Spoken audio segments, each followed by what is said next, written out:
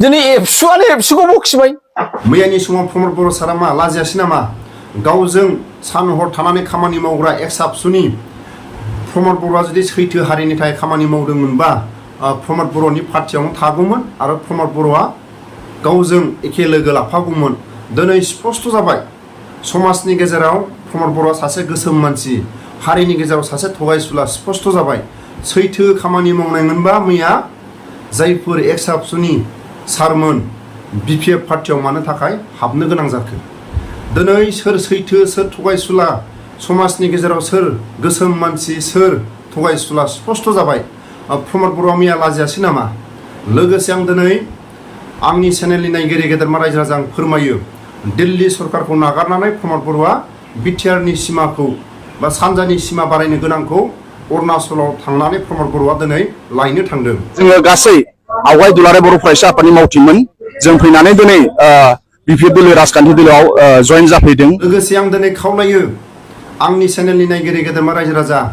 दिल्ली सरकारखौ नागारनानै सानजानि सिमा बारायनो गोनां बिटिआरनि सिमाखौ अरुणाचलावसो नाटक खालायनो थांबाय प्रमद बर' सारा बारा नाटक दा खालाम प्रमद बर' सार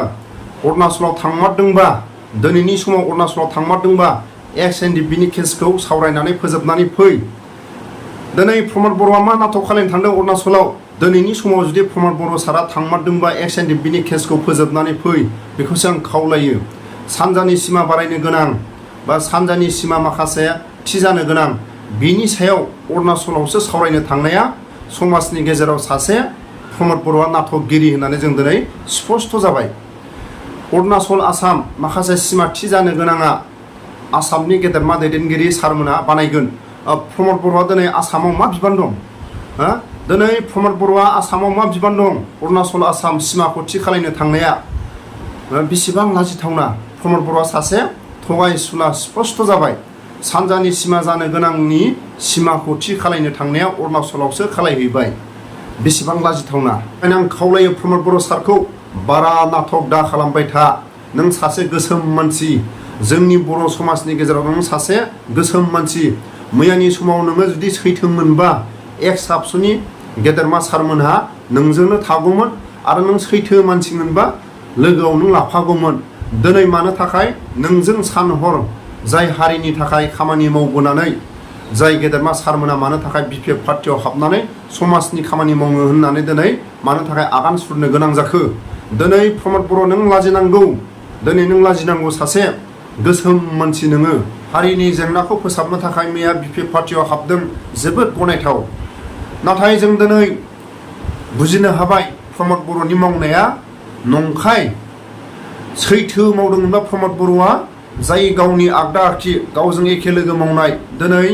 बिथांजोंसो थागौमोन बिथांखौ बोरै नागारनानै बिपिएफ पार्टियाव हाबखो रायजो राजाफ्रा एसे बिजिरनानै नाय स्पष्ट जाबाय दिनै एबसुआनो एबसुखौ बखिबाय बारग' एबसुआनो बारग' एबसुनि गावनि दैदेनगिरि गावनि नेता प्रमद बर'नि गाहायाव मावनाय कास्टम थैयै अरै हाबाब गिलौ बालौ ख्रां ख्रां किहर आन्दलन एबसु आन्दलन खालामबावनोसै नामा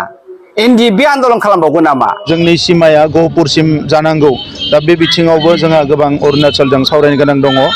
दा बे गासैबो खोथाखौ लानानै जोङो गाबोननि प्रग्रामखौ लादों आरो बेवहाय जों बाहागो लागोन रायजो राजा नोंथांमोना एसे धैर्ययै था दङ डिटेल आं बेखायनो होनदों प्रमद बर' बिथाङा माखौ दोनखुमाबाय थानो नागिरदों एखे क्लियार बाथ्रा जाखाबाय जे दिनैहाय बिटिसिआ एक्चुअलि मोनसे पापेट गभर्नमेन्ट बायदिसो बिटिसिनि सायाव बिस्रा जेबो मोनथायानो गैला डाइरेक्ट आसाम गभर्नमेन्टआ सालायबाय थादों डाइरेक्ट हिमन्त बिश्व शर्मायासो सालायबाय थादों खारन जों मिथिगौ जे बिटिसिनि एकर्ड मथे 2003 जे एकर्ड जादों जे बे एकर्डआ एकर्डिं टु द प्रोविजन अफ द 6th schedule Indian act 6th शेड्यूलाव बेनो जे 6th शेड्यूलनि मथे जे एकर्ड जादों बेयो मोनसे अटोनमास गभर्नमेन्ट गाव सेल्फ रुल गभर्नमेन्ट आरो बे सेल्फ रुल गभर्नमेन्टआव खुनु आसामनि सीएमआ बा सोरबा सीएमआ बा आसामनि जइन्ट सेक्रेटारिफ्रा बाहाय डाइरेक्ट इन्टारफेयार खालामनो हाखाया बे जोंनि गोसो बायदिसो आरो हा हु नांगौबा बिथांमोना बिटिसिआवसो माने रिकुइजिसन खालामहरनो हायो एस पार दा रिकुइजिसनसो जोङो एक्जिकिउटिभ जिरायगोन आरो एक्जिकिउटिभ जुदि एग्रि जायोबा अब्लासो हा हुखौ मोननो हायो दा बाहाय जों मा नुदों नोंथांमोना नाय थांनाय बाराव बे मास मोननै मोनथाम सिगां बे प्रमद बर'आ बुंदों जे डिसिआ ओरैनो अभारसियार बायदिसो ओरैनो नायसंग्रा आं नोंथांमोननि गेजेराव मोनसे लाइजामखौ फरायना होनि notification dated Kokrazar 2nd August 2022 मैया दाखालिसो आगस्ट 2 आव ओंखारनाय बियो now dated 2nd August 2022 in pursuance of resolution number 18 of the minutes of the executive meeting held on 9 March 2022, the partial modification of the earlier dated number Omogomog Bodoland Territorial Council is pleased to notify the Deputy Commissioner of the concerned district অর্থাৎ मोनफ्रोमबो मोनबा districtनि Deputy Commissionerफ्रा in the capacity of Secretary to the BTC as the Chairman of District Development Committee. दा बहाय मा होनदों जे प्रमोद बर'आ बै समाव बुंदोंमोन 16टा साबजेक्टखौ डिसिनि ओभारसियाराव होनायावहाय जे बिथाङा नायग्रासो बिथाङा बेनि नंगुबै लावखार नङा बिटिसिनि CEM अर्थात प्रमोद बर'आसो लावखार आरो प्रमोद बर'नाव सोङाब्ला प्रिन्सिपाल सेक्रेटारिनाव सोङाबा जेबो जायानो बे दिनै मैया माबा अगस्टनि 2 जे नटिफिकेशनाव ओंखारबाय जे डिस्ट्रिक्टनि डिपुटि कमिशनारानो डेभेलपमेन्ट आरो कमार्सनि बेनो चेयारमेनखा थार अर्थात डिसिआ गासिबो डेभेलपमेन्ट आरो कमार्स एक्टिभिटी आरो नोङो बिटिसि खौहाय बा बिटिआर खौ मानो एकर्ड खालामदों बड'लेण्डआव डेभेलपमेन्ट लाबोनो थाखायसो बिटिसि आव डेभेलपमेन्ट लाबोनो थाखायसो बे बड'लेण्डनि रायजो राजानो उन्नति होनो थाखायसो दा बिनि चेयारमेना सोर जाखो डिसिआसो जाबाय दा मोनफ्रोमबो डिस्ट्रिक्टनि डिसिआ चेयारमेन जाबायब्ला अब्ला प्रमोद बर'हा बाहाय मा दांदेरनांगौ दङ अब्ला बिटिसिनि बै माबानि डिपार्टमेन्टनि इएमफ्रा मा दांदेरनांगौ दङ जेबो गैया एखे थगायनाय प्लेन लेंगुवेजजों बिथांमोना रायजो राजाखौ उमुक तुमुक होनलाबायनानै थगायलागासिनो दङ व्हेयारएस बे 16टा साबजेक्टनि सायाव बिटिसिआ आखायानो गैला बियो डाइरेक्ट स्टेटनिफ्रायसो आरो बेल' नङा जों दिनै खोनानो मोननायाव मिथिनो मोननायाव साख्रि बाख्रि गासैबो बिथिङावनो आसामनिफ्रायसो बियो जागोन आरो एकर्डिंलि जोंना एसटिफ्रा 10% ल' फैगोन होमबा बाय साबैसे साख्रि मोनगोन आगोलावथ' बिटिसिआव गासिबो जोंना बे गासिबो 100 आव 90% जोङो बिटिसिआव 6 सिडुलाव बे ट्राइबेलफ्रानो बर'फ्रानो राभाफ्रानो गार'फ्रानो साख्रि मोननांगौमोन दिनै बेथ' नंला अब्ला बेहाय मा फोरमायनो नागिरदों जे दिनैनि जे डेभेलपमेन्ट हा हुनि मेटारानो गिदिरथार मेटार बे 16टा साबजेक्टआव लेन्ड एन्ड रेभिनिउआ बियो स्टेटआव थांबाय लेन्ड एन्ड रेभिनिउआ स्टेटआव थांबाय माने जों मानोथो हानि थाखाय दावहा नांखो दिनैहाय बेसेबांबा गोबाव 50 बोसोर उमुक बोसोर प्रमोद बर'आ हब्रा जे होनबोदोंमोन जे बे हाया जोंनि बे हाखौ जावोब्ला दिनै जोंनि आबै आबौनि हाराखौ मोनगोन बिथाङा बेखौ बुंदोंमोन हानि थाखाय दावहा नांबाय हानि थाखाय एनडिबि जानानै थैनांबाय हानि थाखाय बिएलसि जानानै थैनांबाय हानि थाखाय बर' आइजोफ्रा हाजार रेप खालामजाबाय बुथारजाबाय हानि थाखाय एडुकेसन कल बेगाव जोंनि लाइमोनफ्रा एबसु जानानै गिलु बालु साख्रि खहा जानांबाय जाय एबसुफ्रा दिनै मावबाय थादों बिथांमोना गोरों गोरा डाक्टार इन्जिनियार जानांगौमोन प्रमोद बर'आ अब्ला एबसुनि नामाव रायजो राजाखौ थगायो नामा प्रमोद बर'आ बिटिआर एकर्डनि नामाव होनबा रायजो राजाखौ थगायबाय नामा एबसुखौ थगायाखैसो बियो थगायबाय जेबोआनो गैला मा दंबावो जेबो गैला साख्रि बाख्रियाबो दिनै बिटिसिनि आखायाव गैला बिटिआरनि आखायाव गैलाबा हा हुआबो दिनै बिटिआरनि आखायाव गैलाबा डेभेलपमेन्ट एक्टिभिटि बिटिआरनि आखायाव गैयाब्ला देहा सावस्रि बिफान इडुकेसन बिटिआरनि आखायाव गैलाबा मायाथो थाबावखो दा ओंखायनो बे फुथुलासो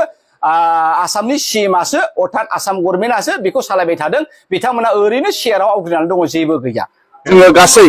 आवगाय दुलाराय बर' फरायसा आफादनि मावथिमोन जों फैनानै दिनै बिपिएफ दल राजखान्थि दलाव जयेन जाफैदों प्रमोद बर' बिथां आरो बिथांनि सोरखारा दिनैसिमहालागैबो मुंख्लंफोरनोबो थाइसेबो थाखा कमिसन हिसाबै होनो हायाखै सानजाहा सिमा बारायनांगौ दङमोन गहपुरसिम बेबो दिनैसिमहालागै 1 इन्सिबो बारायाखै आङो दिनैहाय बिपिएफ राजखान्थि हान्जायावहाय जयेन जानाय जाबाय मानो होनना बुङोबा जोङो थांनाय 3 बोसोर प्रमोद बर'नि इउपिपिएल सोरखारखौ नेबाय थादोंमोन एनडिएफबिनि एक्स एनडिएफबिनि आरो रुंसारिफोरनि थाखाय मार्टियार्सफोरनि थाखाय माबा मोनसे मोजां खामानि मावगोन होननानै नाथाय 3 बोसोर बारलांनायनि उनावबो बिथाङा दिनैसिम 1%बो एक्स एनडिएफबि आरो एनडिएफबिनि मार्टियार्स जायफ्रानाखि जालांबाय बिथांनि थाखाय मोनसेबो खामानि मावनानै होनो हायाखिसै बेनिखाय नेनो बानानै जों आसा खालामनो बानानै आं दिनैहाय बिपिएफ राजखान्थि हान्जायावहाय जयेन जाबाय थांनाय 3 बोसोराव प्रमोद बर' बिथाङा आरो बिथांनि सोरखारा सासेबो एनडिएफबिनि केसफोरखौहाय उइथड्र खालामनो हायासै सासेबो एनडिएफबिखौहाय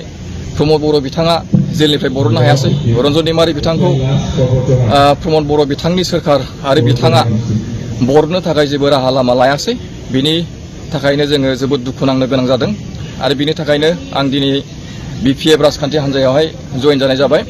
सानजाहा सिमा बारायनांगौ दङमोन गहपुरसिम बेबो दिनैसिमहालागै 1 इन्सिबो बारायाखै बिथाङा आरो बिथांनि UPPL नि दैदेनगिरिफ्रा लिडार्सफोरा बुंगासिनो दं हाबगोन सिमाया सानजाहा बारायगोन होननानै नाथाय दिनैसिमहालागैबो 1 इन्सिबो सानजा सिमा बारायनाय जायाखै आरो आं सानो बारायनायबो नङा बिथांनि सोरखारनि समावहाय बेनिखाय जोङो जाहाथे सिमाया गहपुरसिम बारायो बेनि थाखाय आङो आंनि लोगोफोरजों लोगोसे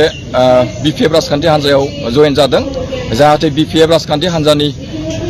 थ्रुयैहाय जोङो सिमाखौहाय गहपुरसिम बारायलांनो हायो बेनि थाखाय आं जयेन जानाय जाहैबाय लोगोसे बेल' नङा